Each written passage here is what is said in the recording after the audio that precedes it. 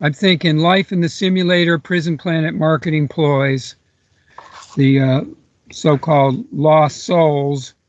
That is, we're in our solar body, which is our real body, but it's in the simulator. It's caught, or in that realm, in that solar light. Calling it solar light doesn't make sense to people. So, but to me, that's a representation of it. And so that was my dream last night. And I've had that dream, or being in malls or rich places a number of times. I was with an echist, woman friend that I had been with a long time ago, and she actually passed me in initiations, which was very curious because for a number of reasons, you know, and that was one of those wake-up calls for myself. But in any case, she was up in one of the malls and saying, here, look around here, you know, and this is good, or I don't know what. But I also had a dream where I was driving, I drove up to where this person was at the back rows, which were empty, of a little hall, and the front rows, there were some people there, but it was small group. But when I pulled up in the car, she came over to me. I kind of waved, and she came over to me in the car, like maybe she's going to go with me.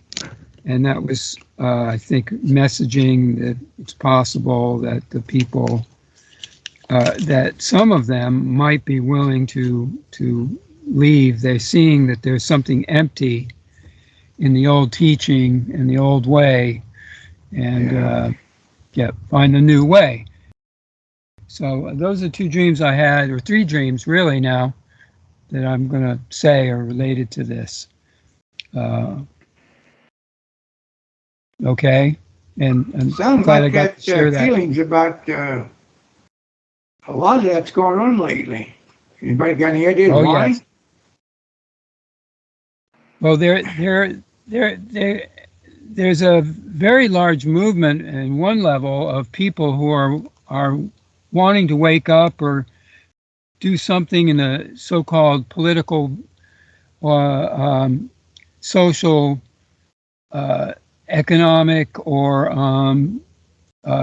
government, or like, if you call it politics, we think politics and government, but I'm going to go beyond that word to, it's more of a way of being and a way of organizing, and so I'm aware of that group of people and trying to communicate with them in various ways. Also, like the Wildstock concert is one idea to catch all the people that at least that got this message that was coming out in the 60s,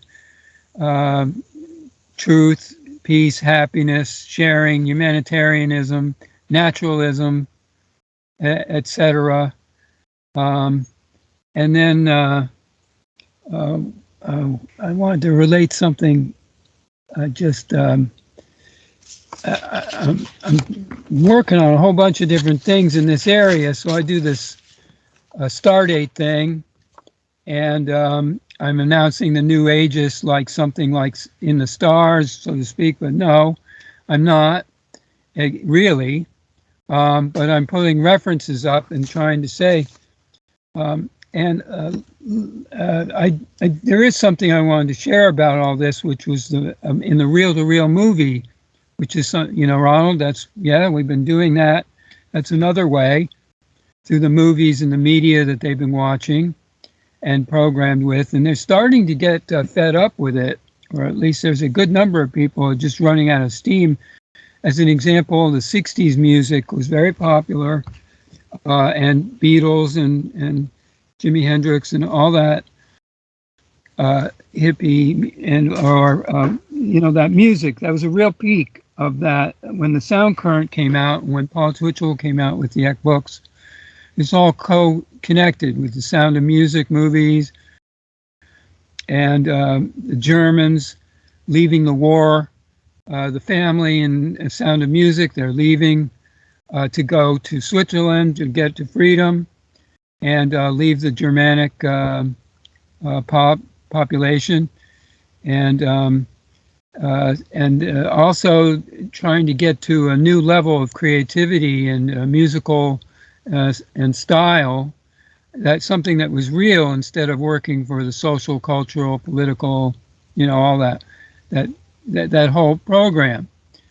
Or it was the next stage. I can't tell you which on that to say, but the point was, okay, in Sound of Music, in that period of time, we is sort of an origination that's come about 60 years. So there's a lot of people that have been sharing about the old music and the old, or you get these hippie sites and all these Facebook groups like that, as an example. And they're running out of steam because they're running out of material. There's no more material. They've been looking for all kinds of new songs, new versions, old versions that were lost, and they're running out of food to eat. And I know that this is part of the alienation program. They use these foods to get everybody to keep feeding, and so that they can feed on it. They use sports. They use arts. They use music, of course, and theater, and movies, and then they use the political, social, cultural, racial, nation, sex. A big one that's been ongoing has been the gay and transformers, whatever the term is, and universal kind of perspective, but in a specific area. And that is a way they keep people focused on their own specific area, which works on their ego, works on their brand name, and they also get to express themselves. As you see that in the gay stuff, very, very much so, very present there, with their style and their shows and wanting to be recognized, and goodwill and all that to them, whatever. It's just that's a way of entrapment and coordination within a certain focus area, and that's what they do.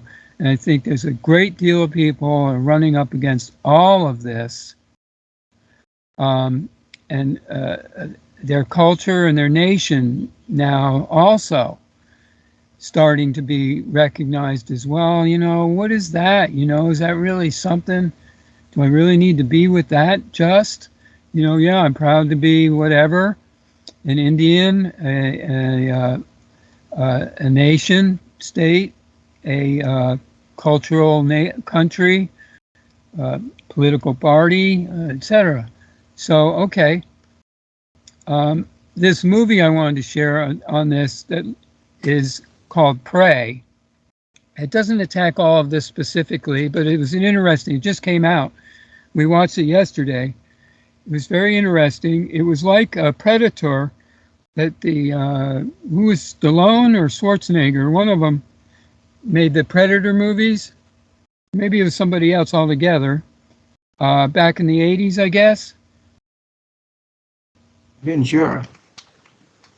The governor of Minnesota. Ventura. Jesse Ventura. So the Predators movie, right? Yeah, Jesse Ventura played the bad guy. Jesse Ventura, okay. And in this movie, the Indian girl is training to be a hunter. And she's really good. And she uses her not Arrowhead. Shoot, I went brain dead. You throw it. Yeah. Tomahawk. Duh.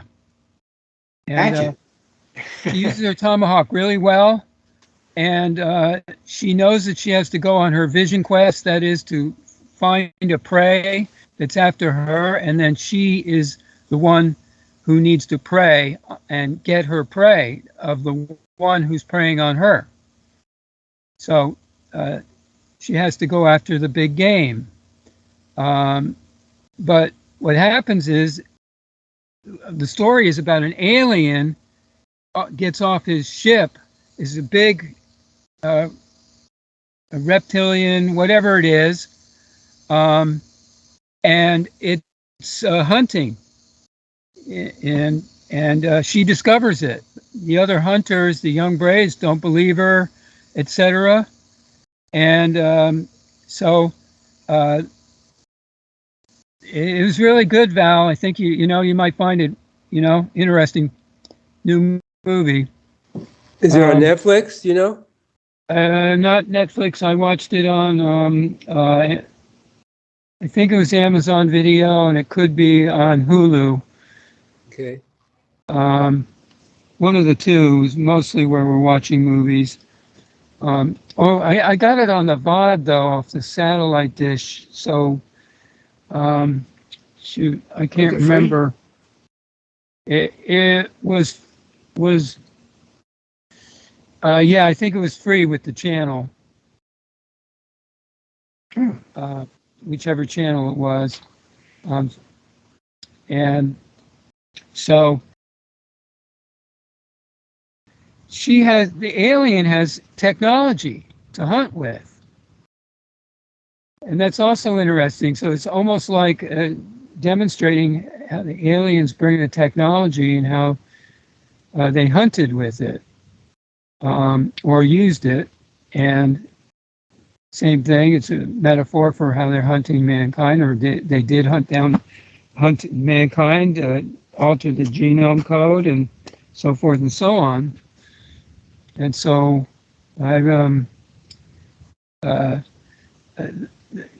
she has to battle the eventually, it's going to be 1-to-1 with the alien.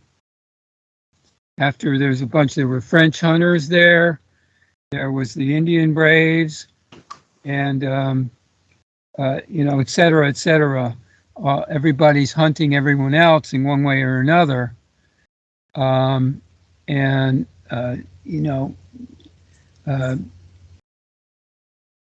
guess they're just pointing out the Indian woman, older lady says, or the mother says to the daughter, "Hey, you know what it really is? It's just about surviving. It's not about hunting. It's about surviving and recognizing how to do that." Just before I go, I just wanted to share that there's a lot of been warnings about the war coming with the nukes, and especially targeting Iran. And Jeremy had an experience with the West Coast being attacked from ships from the sea. So, and other people too. Just a lot of warnings coming with nukes and war in general. So just be. Are you guys really saying that you think we're going to be attacked? A lot of the real side experiencers are like that. Yeah, they're being attacked. Because that's good to have that kind of news. Well, we were talking about this morning about the President John Campbell is a guy who talks about health and other related issues, environmental, psychological, whatever, but he's mostly a doctor. And he was talking about what to do if there's a nuclear in Ukraine, if you're in Europe, and what they did before, like when Chernobyl went off. And they're getting close to, fairly close, evidently, as they say, to bombing the nuclear plant in Ukraine. That is Russia is going to do that? well, this is not a prognostication. It's a warning to be aware, and it's a possibility. Nobody's predicting it. It sounds totally insane. Why would Russia blow up what's basically their own territory? So nobody can live there. It's insane. Well, But they're probably not in charge. It's the crazies that's in charge, and they're getting there's away a with fear it. of it. Yeah. It's always good to get this out, even if it isn't right. Just the fact that information has been given to the general public, a lot of times will deter what these people have plans. So it's always best, even if you're not quite sure, to go ahead and get that information out. Right. Got it. I hear you, and I believe that I got that. Same thing when astrologers predict. A lot of times, by predicting it can sidetrack that particular, or at least by the message being conscious. Yes, it changes the result. I'm a believer in that. There is another in the movie Prey. There's the girl at the end comes back finally from her successful hunt and victory. I'm giving you the ending, but that is pretty obvious for the most part that she's a survivor. And she comes back and I think more or less she says to the mother or vice versa, whoever, whatever, it's we need to get out of here and go to another ground. And partially because if the alien ship takes off, it gets dropped off here in the Yellowstone or some park like that. That's what it looks like. And so she that's more or less the ending, is we need to go, because the aliens, she didn't see the ship come or go, but she actually did see the clouds were a little like Close Encounters of the Third Kind. Yeah. When the clouds come in, and then the big alien, the great big mothership, snake in on the clouds. Comes in under the clouds, and that they had a vision of that right at the beginning of the movie. She sees it when she goes off in the woods by herself, and she comes back and says, "I saw the thundercloud." Special effects saves a little bit of money there. A little bit. It wasn't too much to do that, really. Just shine some lights in the clouds and fold them a certain way. It was a brief or original part in the movie at the beginning, and it was very well done. It was real good, and I got that. I watched another movie also, which had something like this, which was called. This is the movie we saw the day before, and that one was called The Northman. And in that movie, the Nordic Viking boy sees his father killed by the uncle, the brother, and he has to leave at a young age. But after his father had given him the basic training of how you need to be, and so they did this, kind of exercise. They're screaming like wolves and bears and lions and whatever, trying to make him realize how he has to be, because he's an innocent boy. Okay, then he goes off because the father gets killed, and the mother is with the brother.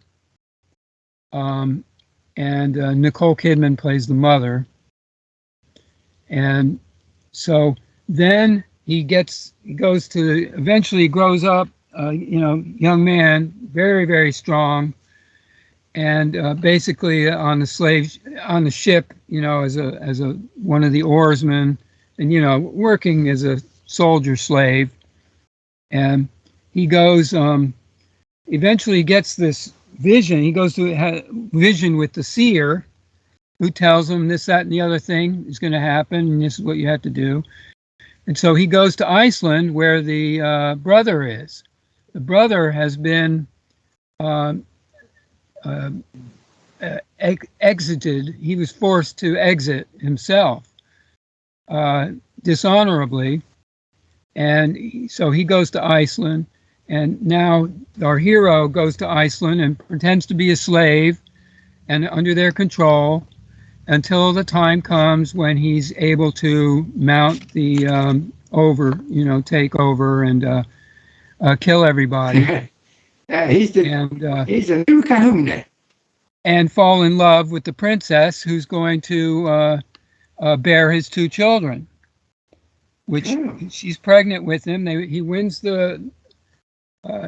He escapes with her. The brother is still there on Iceland, but he is going away on the ship with the queen or the princess, and she says, "I'm pregnant, and I couldn't tell you till now.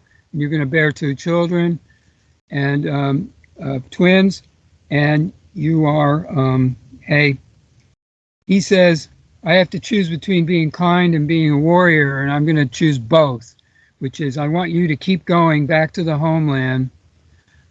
I'm going and become the queen, and I'm going back to the Iceland, which is within visual sight at this point.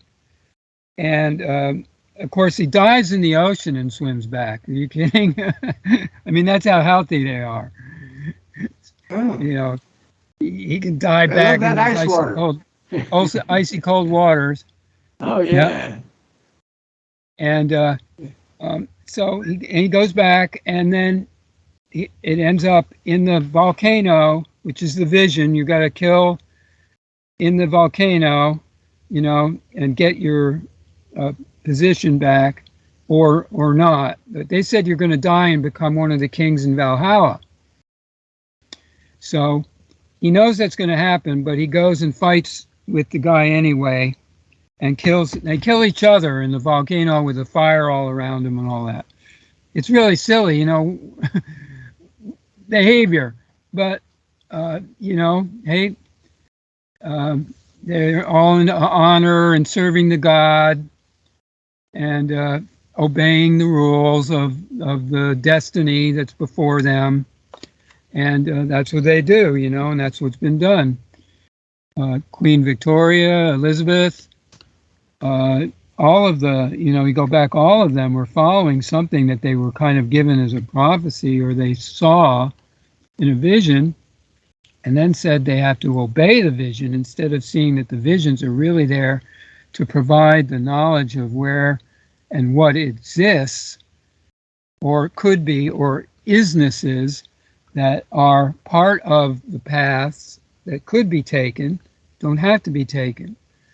And that's how I'm seeing that part. So that movie was also very instructive, showing that, because I'm part Norwegian.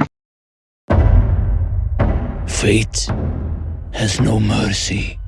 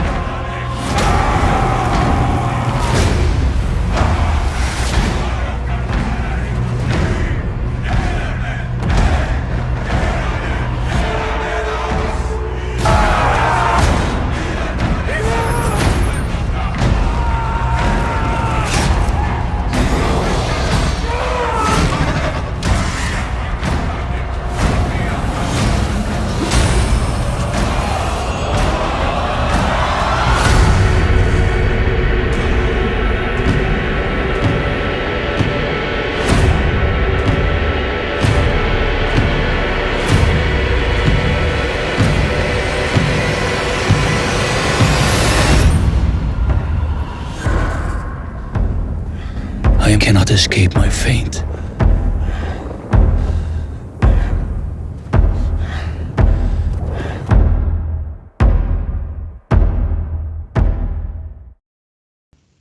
You know, that's kind of the story of the history of man and the history of survival and the history of truth, or of human and our behavioral. So what we're doing, to go back to, I guess you'd like to say about the threats or otherwise of nuclear, and I haven't heard that they're wanting to attack Iran, but it seems to me these spin doctors are putting out these informations because they want people to be ready that if they want to do something to take over these countries, probably the Arabians are interested in making the Iranians play ball, and they're in cohorts in some form, even though it seems like they're enemies. I think that it's almost like the Arabian oil and the Russian oil, if you will, and American is like this, or Chinese, whatever, it's a triad, whatever it is, doesn't matter how many groups or whatever, but the point being that they play off each other for their advantages and even to have disadvantages, because this enables the system to continue to thrive and program, and also carries with it all of its control mechanisms that it wants to continually expand with. Yep, And they want to expand all right of their territorial imperative. We don't know. The problem is we don't know who's really the enemy, because these guys play us off at each country, off of each nation. That's how they get away with these wars. Yeah. And they're the ones that started, and it looks like when Hitler took over Germany, he was backed by bankers. He couldn't have done that by himself without any money. So yeah, he's all interested. I believe that it was the New World Order that they were trying to implement back then. And he messed up and he invaded Russia. That was his mistake. Right. If he had held off 2 more years, you would have been able to beat him. So they're playing off each one. They play off each other, and burn whatever needs to be burned, and you know, cut off a limb or two, and regrow another limb. You know, that's how they stay out of jail. They control everything. They control the judges. They control the politicians. You control the money, you buy everybody. And that's what's set up by this government. They set us up to be slaves. That's the problem with the American crap that's going on right now. They know it. People are waking it up. So we're scaring the hell out of people in that way, purposely, at some level, because, well, I've been getting a whole other framework of ideas, and I'm going to share this part of it, which is there's a website that I think I might have on this chat room, and if I don't, I have it at the other page. One of the things was the new bank, NUBANK. And this is a bank that's starting, or has started, and its organization focus is South America and Mexico, for the most part. And its not focus isn't set to that, but they had to choose, I think, and that's where the people are from, more or less. So they have a certain orientation. It's called New Bank Plans after IPO for New Colombia and New Mexico. So Colombia is the other country, and they've debuted with a 52 billion market cap, raising many dollars to grow beyond Brazil. So that's one of the things that's happening. And another thing is um, is something I picked up on yesterday, which are 13 U.S. regions or environments that I'm calling part of NUUU or NUUU. It's just a name I coined for designated zones, of which there really are 7 around the world in my viewpoint, and each one is about 50 degrees in width, going all the way from north to south, but in a more or less really, it's more like a northwest to southeast, rather northeast to southwest direction zone that go around the globe. And I have a map image for it, a number of them, but basically they line up with 7 continental areas in the world. And but in the U.S., out of these 7, I'm calling the U.S. North America one, I call it NUUU. And I just read that there's this book, I think it's called, I don't know what the title is either, something like 7 nations, or no, it said 13 U.S. regions.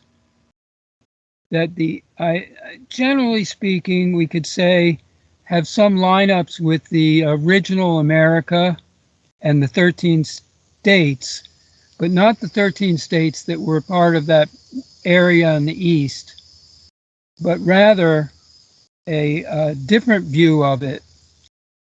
And as an example, one of the areas is the north,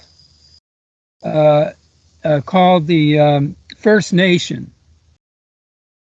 That is New York and Canada, Iroquois, Huron, and also very much part all Canada's eastern half, and Quebec, Ontario, etc., as the First Nation.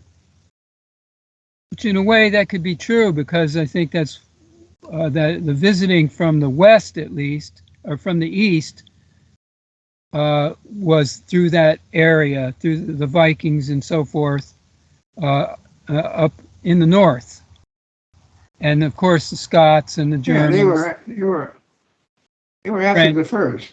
English, yeah, that was the real settling, first settlers. Yeah.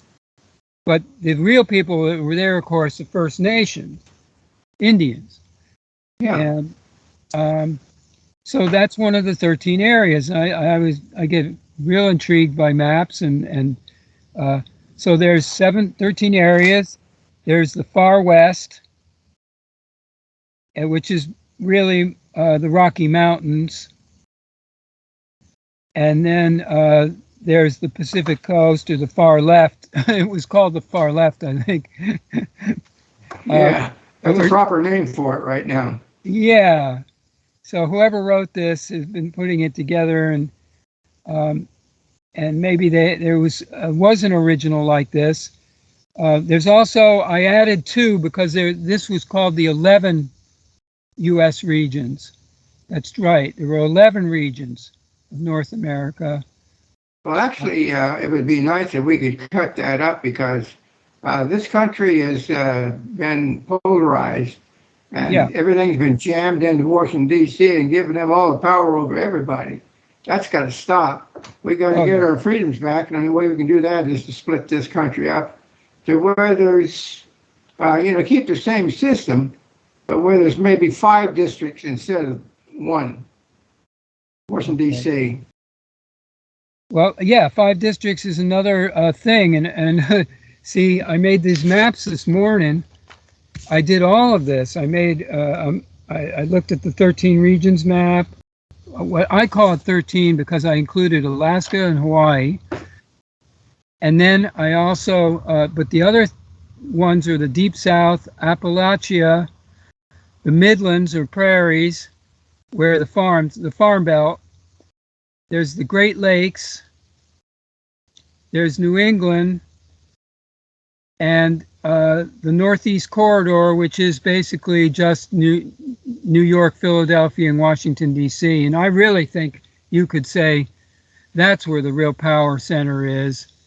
And that's what you could call it, New York to D.C., because it's almost one we city didn't all give the them way the power, between. they just took it. That's Yeah, it's the all problem. one city. Yeah. Yeah, does that make sense? Yeah, that's the problem. Yeah, they took it. Right. Yeah, they took it. Sure, they did. Took it, and they controlled courts. They controlled the executive, the legislature. Right. They control everything with their damn money. Right. That's Yeah. it. Okay, so also there's Texas, what they call El Norte. But it Well, I was think, really, Texas has a chance of really getting its own independence, and I think they should go for it. They should get their independence and say to hell with the rest of the country, because all they're doing is they're just being constantly dragged down. Their civilizations are being torn apart by 85 different nations that are coming in. No other country would do that. That's deliberately to tear this country apart and break us up so that they can come in and take over. yeah. Well, there's always a problem with each area in that Texas, the way I called it, was Texas, Mexico, or Tex-Mex. And that was that area there, more or less what they call the Southwest, Arizona, New Mexico would be included, or some parts of it. But then there's also the Rocky, that's it. Rocky Mountain was the other one I said. But there's also one that was in the original 11 that was Florida, it was Miami and New Orleans. We're in that other region for some reason. Nonetheless, coastal cities. But okay, that's one map. But you mentioned the 5. Now I have a much more Well, you could have reasonably. 6, you could have 7, you could have 8. I actually believe the more we have, the less power these people can grab, because they will go right after the power, right away. It doesn't matter, you may be. It's like when our country was developed, right away the freedom seekers were there, but they got taken over by 1812.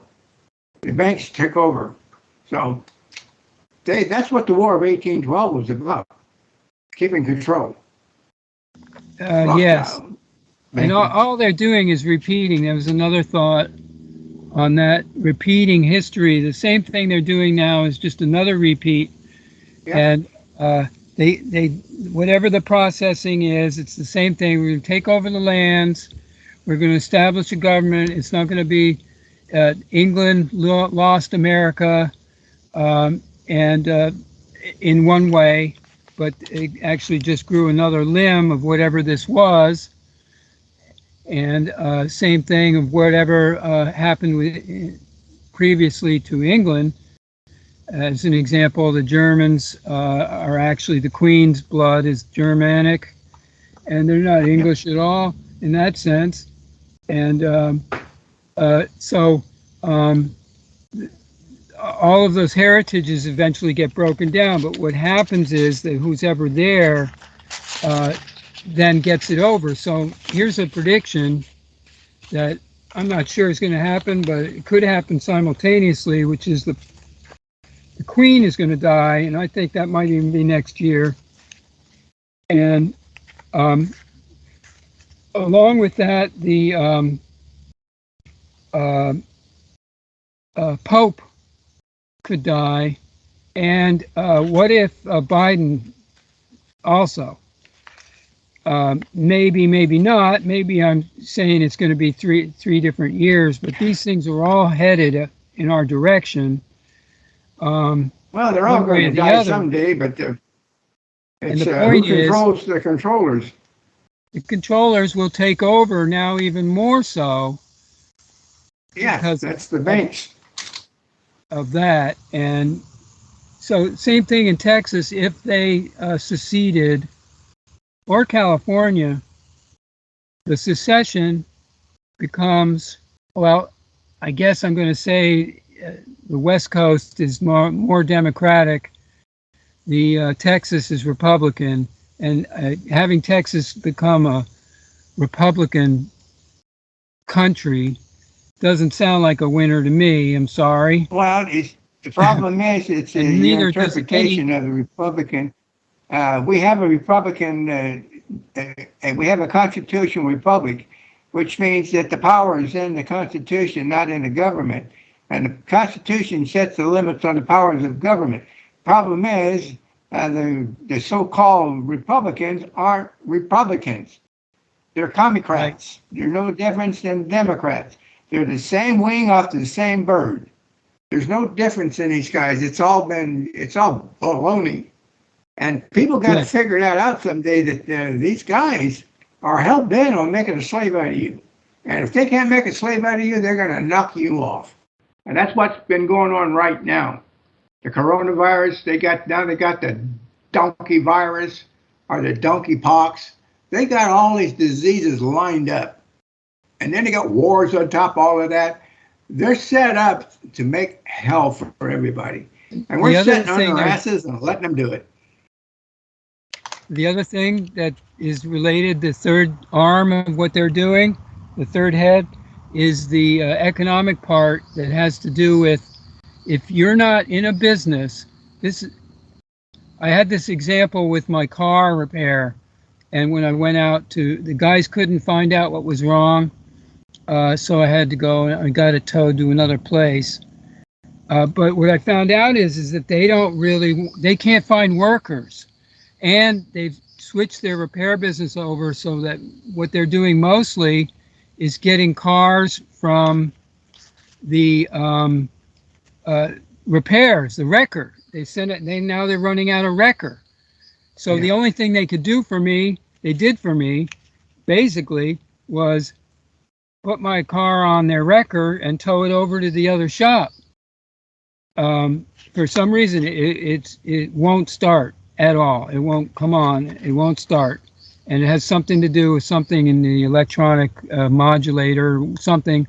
Nonetheless, they couldn't fix it. It's really weird, but I've had my car 2 months, no driving, and the oil price has gone up to $6 a gallon for premium. Now it's lower finally, but I didn't use my car once.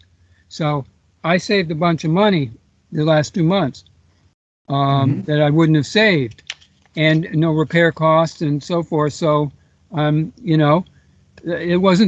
didn't bother me the least.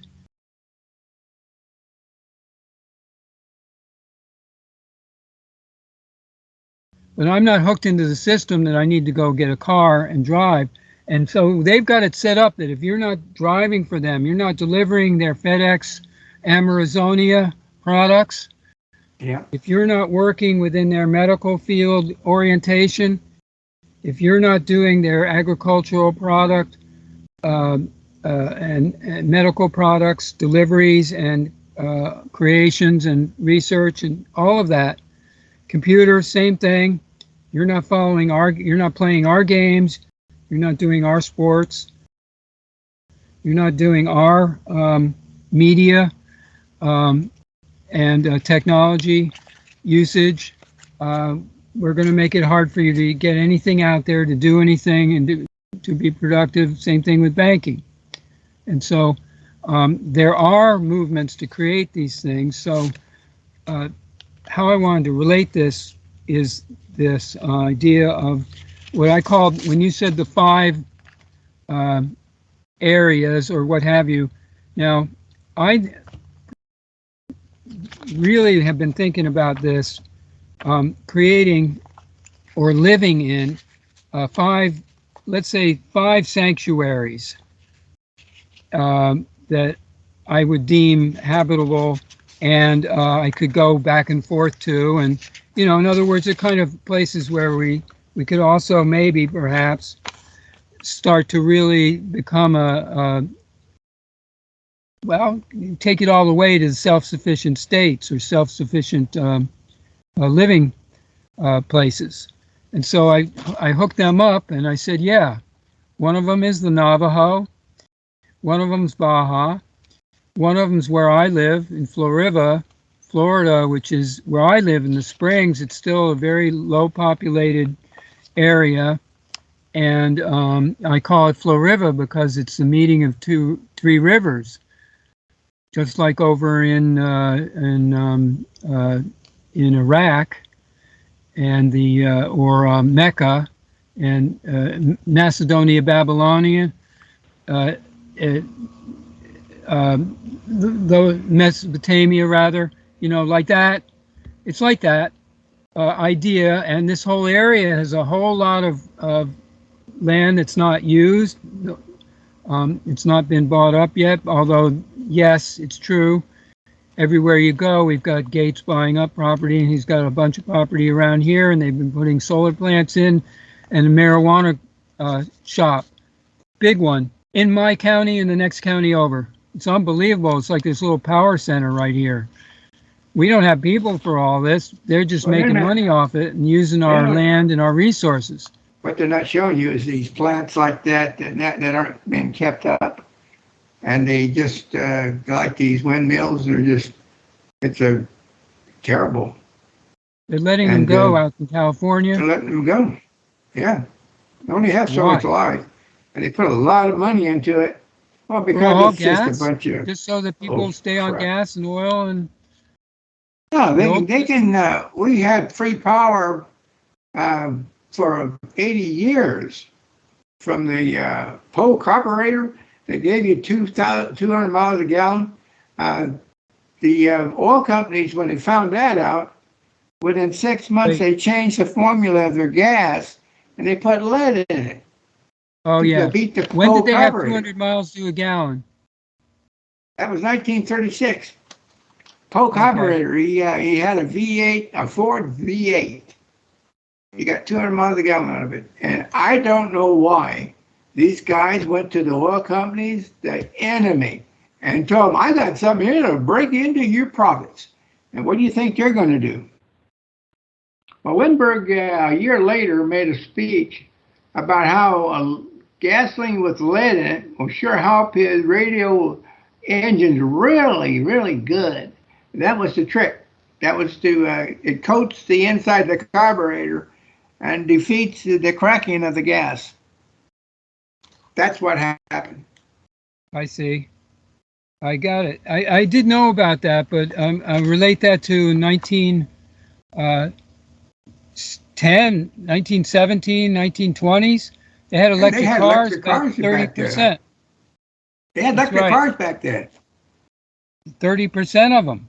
Yeah. And that shows you the powers of the Rockefellers. Right. Demons. So I grew up next door almost to the Rockefellers. Chappaqua is we have to go through there to drive towards New York. And it was one of the first places you drive past. And actually the house I grew up in was a stone castle-like place. It was across the street. Now it's across the highway from the Rockefeller estate. The big one over there on the Hudson River. That's where I grew up. And also, my grandfather was the promoter of the God's Fiddler, Jascha Heifetz, who played violin, fantastic, maybe the #1 greatest violinist of all time. On one list he is. And my grandfather promoted him. That's where our family money came from. And I'm all right there with all that, I'm like, whoa. I grew up with it. Actually, I rejected it. I started to work in Manhattan in my 20s, early 20s, and then I said, no, I don't want to do this. And I probably didn't want to do it anyway, but yeah, it was a job. It was a pretty good job. I was working in Manhattan as a research analyst for the, advertising company my cousin was running. But, then going out of that is I left it. And so what I'm thinking about or saying is, well, these places that I'm talking about, The other one is up in Maine, where my next door neighbor lives now, and he's a mountain climber, hiker, and he's now in Ukraine, by the way. He's helping to deliver products from Poland into, and picking people up in Ukraine, taking them out, helping people, working with. Where's he taken to? What country? Well, sometimes the last one he said he's taking a family in, drives them in to Ukraine, back to Ukraine. Yeah. So it's coming in and going out, and they're delivering. There's a lot of money has gone that direction. So there's a lot of organizations there that are supplied. He's doing it without being paid. Yeah. He's not with an organization. He's just doing it himself at the moment. I haven't talked to him. He just went back. He's gone once, stayed for a month, and now he went back this July, end of July, and he's there now. So it's interesting. He was my next door neighbor, friend of mine. We played together. And I have a picture on one of my records songs. It's called Listen to Your Son. And it's got the five of us dressed up like Beatles or something with three guitars and a drummer, And it's just out in nature though. And we got this kind of neat picture of when I was a kid. And I was the older one. And so, I'm really interrelated because this also relates with all the noble heritage stuff. And part of that is not just being like a royal in Europe or something, which I was once, for sure. Probably was Peter the Third, who was Peter the First, 2 more generations down. And he got killed by his wife. He was only the leader for 6 months, and then he got ousted by his wife, who was Catherine. Queen Catherine the Great. Oh, Queen Catherine. So Peter the Great, and then became Catherine the Great. But I was not.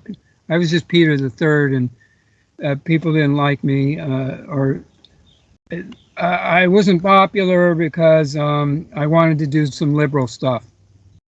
I would say probably, and that got squashed. So I know the experience.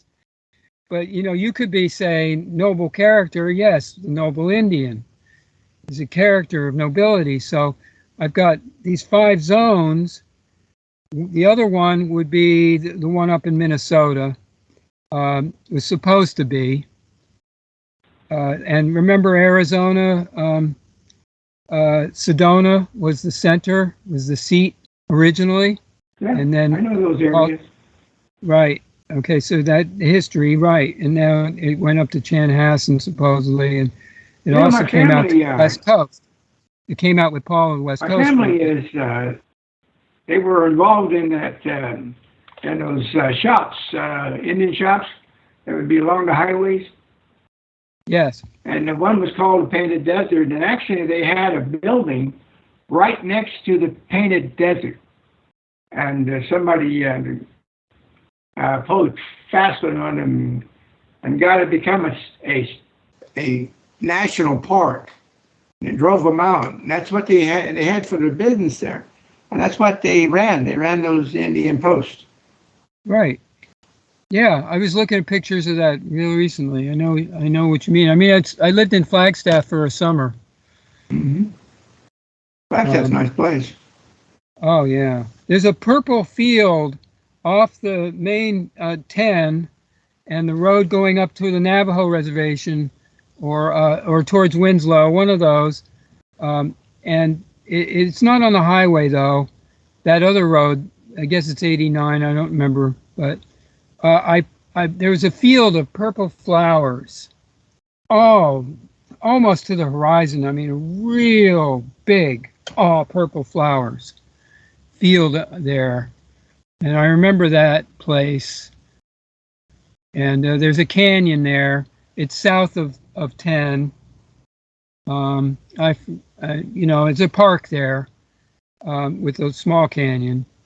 And, the Canyon de Chelly I went to is very special. And so that to me is the sacred Indian zone that goes all the way from Baja, San Diego, all the way up into the northern Arizona, Grand Canyon, into Utah, all across that Utah, and up to the Badlands, and into towards Canada. And that zone, to me, maybe includes Yellowstone, and all of that is basically that's the American sacred land, as far as if you got to call it that. And so that's one of the zones, that I'm talking about. And I'm not saying that we need to take it over and say, well, you don't own this. All I'm saying and we're saying is that we are here of this, and we recognize this nation, and this, whether it's recognized by you or not doesn't make any difference. In other words, it's like this one other thing I wanted to say, which is about Chan. He ran for president as a Democrat, and he's now with, I think they call it the Centrist Party, which is another third party. It's not the Party of Freedom, though, which I think was a redneck white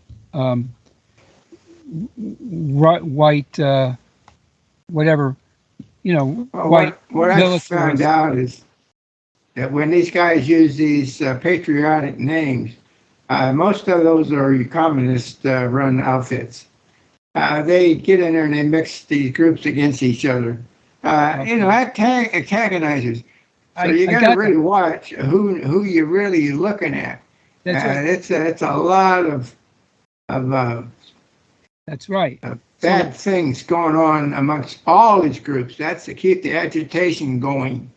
Right, but I find that Chan, at least, he's representing some form of unilateral, they call it centrist or something else, but what I'm not trying to do here what I'm trying to do is avoid this actual creating another third party like the Green Party or what have you, which are well-intentioned, environmentally interested, naturalisms to some extent, or at least they don't want to go into extreme political oppositions, and their ideas somewhat are, listen, what we really need is one that's unified, and this polarity is the whole problem. Of course, the competition and the polarity is being controlled by the third level,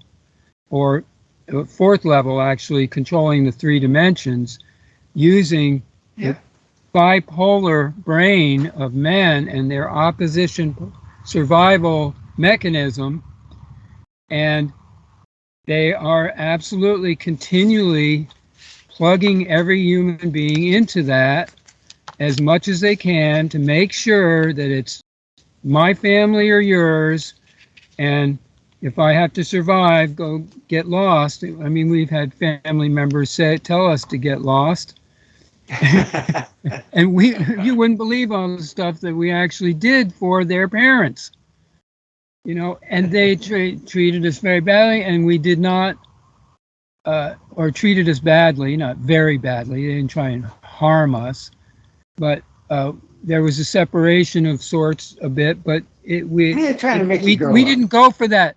We didn't go for the separation either. So when they actually knew that they were going to come around and ask us for help or to share a little bit, that I knew, that part of it's not my family, so I shouldn't talk about it too much. But the point is, what I mean is this creating something that's okay, I'm going to create another party, that means you're going to get into the oppositions. You're going to get into that thing.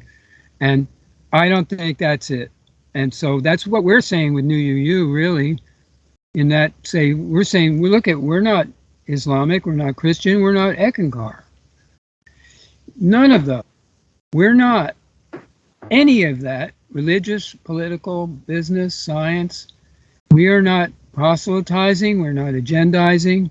All we're saying, wholeness, isness, universality, and or whatever it takes. And if all we're doing is able to make people aware of it because they refuse to really accept that, or you could do something like say, okay, well, because I've got one particular position in my chart as an astrologer solarist, I know in 3 years something not necessarily magnificent, probably quite the reverse, or maybe not that bad, but certainly something that's on the controller's agenda is possible. Putin's connected, the United States is connected, and I'm connected. This thing will never stop. It'll never stop. It's As continuous. long as people agreeing to it. And so Yeah. I'm saying, okay, our orientation is to, at this point, to educate exactly what we did today. And we're addressing recognition and then intending at some level a realization that could be and can be, or at least for the individuals. So we can see, hey, you know what? You are, and that is, and you are all is. And so old way of saying this is Wednesday, you're right? all part of Jesus, and they screwed up the message from Jesus to think he said that he's the Lord God and he's the Son of Man, Son of God. And no, what he's saying is, you are the Son of God. You are a star. You are a sun, just like everyone else. And Yeah, that's you what happens when you're recognize writing it history. yourself. You can write it whichever way you want to write it. Next week, same time, we're going to progress with this. We'll have talked with Val some more, etc. And this is the Wild Stock Week, where we become aware of the experiment, and at least sing NUUU is an expression of real freedom and real truth and real beauty. All of it. Okay. NUUU.